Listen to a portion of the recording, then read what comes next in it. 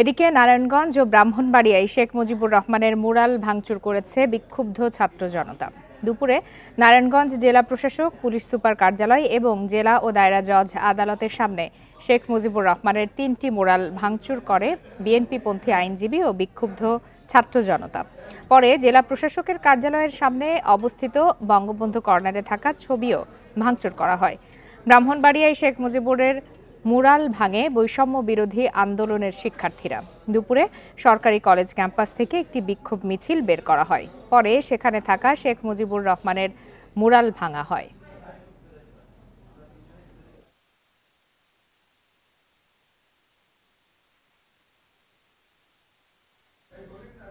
এ বিষয়ে আরো বিস্তারিত জানাতে এই মুহূর্তে রাজশাহী ও নোয়াখালী থেকে যোগ দিয়েছেন সহকর্মীরা। শুরুতেই চলে যাচ্ছি রাজশাহীতে, সেখান থেকে যোগ দিয়েছেন সহকর্মী মুস্তাফিজুর রহমান। মুস্তাফিজ, এখন পর্যন্ত রাজশাহীতে পতিত সরকারের কোন কোন স্থাপনা বা ভবন ভাঙা হয়েছে এবং এখনো কি সেই ভাঙার প্রক্রিয়া চলছে কিনা?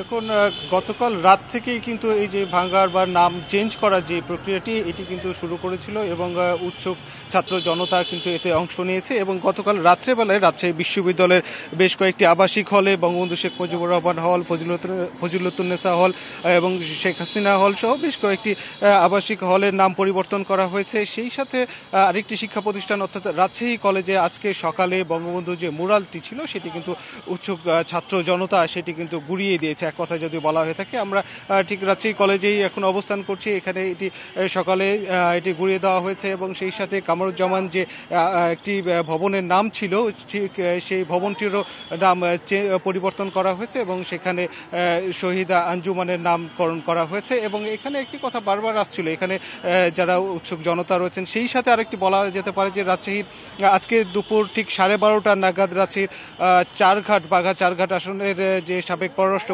প্রতিমন্ত্রী শাহরিয়ার আলম তার বাসভবনে উৎসুক জনতা কিন্তু সেখানে প্রথমে ভাঙচুর করেছে এবং পরে অগ্নিসংযোগের ঘটনা ঘটেছে। পরে ফায়ার সার্ভিস গিয়ে আগুন নিভিয়েছে। তো এখন পর্যন্ত আমরা কথা বলেছিলাম যারা উৎসুক জনতা রয়েছে, ছাত্ররা রয়েছে, তাদের সঙ্গে কথা বলেছিলাম। তারা মূলত বলছিল যে ফ্যাসিস্ট যে সরকার রয়েছে, যে দোসররা রয়েছে, তাদের কোনো অস্তিত্ব তারা দেখতে চান না। এবং সেই সাথে তারা একটি কথা বলছিলেন যে এখানে কি শুধুই ছাত্র বা সাধারণ জনতা ছিলেন নাকি দলীয় ব্যানারে কাউকে দেখা গেছে?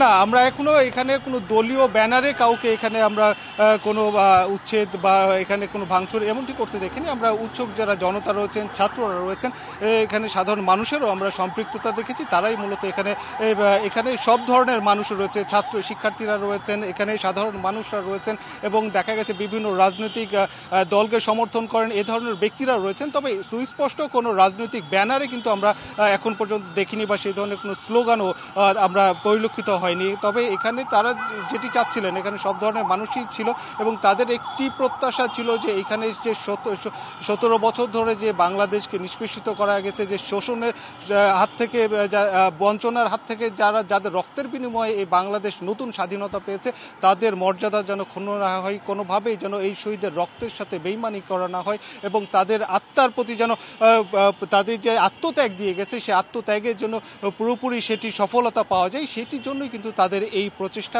এবং তারা বলছিলেন যে তারা এখন পর্যন্ত সেই প্রচেষ্টা অব্যাহত রাখতে সজাগ রয়েছেন। এই ছিল রাজশাহী থেকে সর্বশেষ। মুস্তাফিজুর রহমান, আপনি আমাদের সাথেই থাকুন। এবার একটু চলে যাই নোয়াখালীতে, সেখানকার পরিস্থিতি জানাবেন সহকর্মী আবু নাসের। আবু নাসেরের আগে যেমনটি আমরা জেনেছিলাম যে নোয়াখালীতে ওবায়দুল কাদেরের যে বাসভবন ছিল সেটি ভাঙা হচ্ছিল। নোয়াখালীতে এছাড়া আর কোন কোন ভবন বা স্থাপনা ভাঙা হয়েছে পতিত সরকারি সেটি জানাবেন এবং ওবায়দুল কাদেরের বাড়ির পুরোটাই কি ভাঙা হয়ে গেছে কিনা সে বিষয়ে সর্বশেষ কি তথ্য রয়েছে? আমি এখন আছি নোয়াখালী কোম্পানিগঞ্জ উপজেলার রাজাপুর গ্রামে। এটি ওবায়দুল কাদেরের বাড়ি।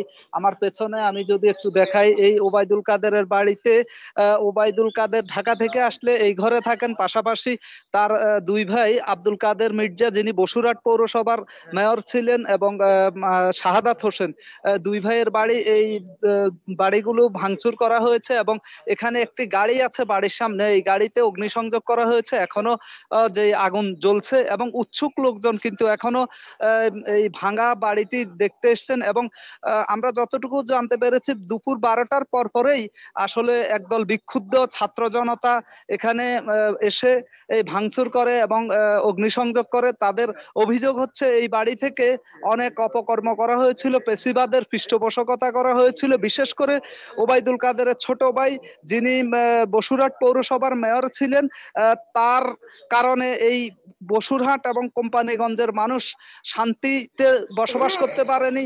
তারা প্রতিনিয়ত নির্ঘুম রাত্রি যাপন করেছেন বলে তাদের অভিযোগ, এবং তিনি একটি পেশিবাদী শাসন কায়েম করেছেন বলে এখানকার লোকজনের অভিযোগ। এবং পাশাপাশি ওবায়দুল কাদের ঢাকা থেকে পুরো বাংলাদেশে পেশিবাদী শাসন কায়েম করেছেন বলে এখানকার লোকজন ক্ষুব্ধ হয়ে গত 17 বছরে তাদের বঞ্চনা এবং তাদের যে ক্ষোভ, সেই ক্ষোভের বহিঃপ্রকাশ ঘটিয়েছেন বলে এখানকার যাদের সাথে আমাদের কথা হয়েছে তারা জানিয়েছেন। এবং তারা জানিয়েছেন যে পেশিবাদকে যারা পৃষ্ঠপোষকতা করেছে, যারা পেশিবাদী শাসন কায়েম করেছে এবং যারা জনগণের অধিকার হরণ করেছে, জনগণকে নিষ্পেষিত করেছে, তারা এই ধরনের কার্যক্রম চালাচ্ছেন। আবু নাসির, একটু জানাবেন ওবায়দুল কাদেরের এই বাড়ি ছাড়া নোয়াখালীতে আর কোন কোন স্থাপনা বা ভবন এখন পর্যন্ত ভাঙা হয়েছে?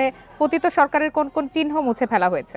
নোয়াখালীতে শেখ হাসিনার পালিয়ে যাওয়ার পর আসলে শুরুতেই 5 আগস্ট এবং 6 তারিখে আরো কয়েকটি বাড়িতে হামলা ভাঙচুর করা হয়েছিল এবং এরপরেই কিন্তু পরিস্থিতি অনেকটাই স্বাভাবিক ছিল।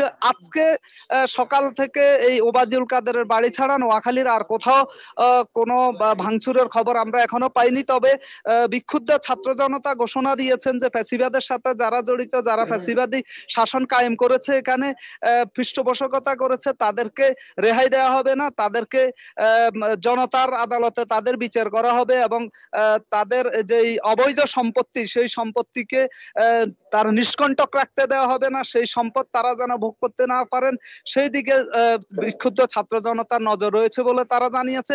পাশাপাশি যে শহীদ হয়েছে যারা এই 5 আগস্টের আগে পর্যন্ত, তাদের বিচার দাবি করেছেন এবং তারা যেন সুষ্ঠুভাবে বিচার পান। এবং এই যে বিশেষ করে তাদের ক্ষোভ বেড়েছে, তারা জানিয়েছেন যে শেখ হাসিনা ভারত থেকে বক্তব্য দেওয়ার পর তাদের যে ক্ষোভের মধ্যে ঘি ডালা হয়েছে এবং এই কারণেই মূলত তারা ক্রুদ্ধ হয়ে এই ফ্যাসিবাদী শাসনের সাথে যারা জড়িত ছিলেন, বিশেষ করে শেখ হাসিনা সরকারের মন্ত্রী এমপি যারা ছিলেন, তাদের প্রতি তাদের ক্ষোভ তৈরি হয়েছে এবং তারা বলছেন যে এরা এত বছর ফ্যাসিবাদী শাসন কায়েম করেছে, এখনো তারা আবার ফ্যাসিবাদ কায়েমের চক্রান্ত ষড়যন্ত্র করছে, এই কারণে তারা, যার ফলে তারা এই ধরনের কর্মসূচি নিয়েছেন। জি, আবু নাসির এবং মুস্তাফিজুর রহমান, আপনাদের দুজনকে ধন্যবাদ।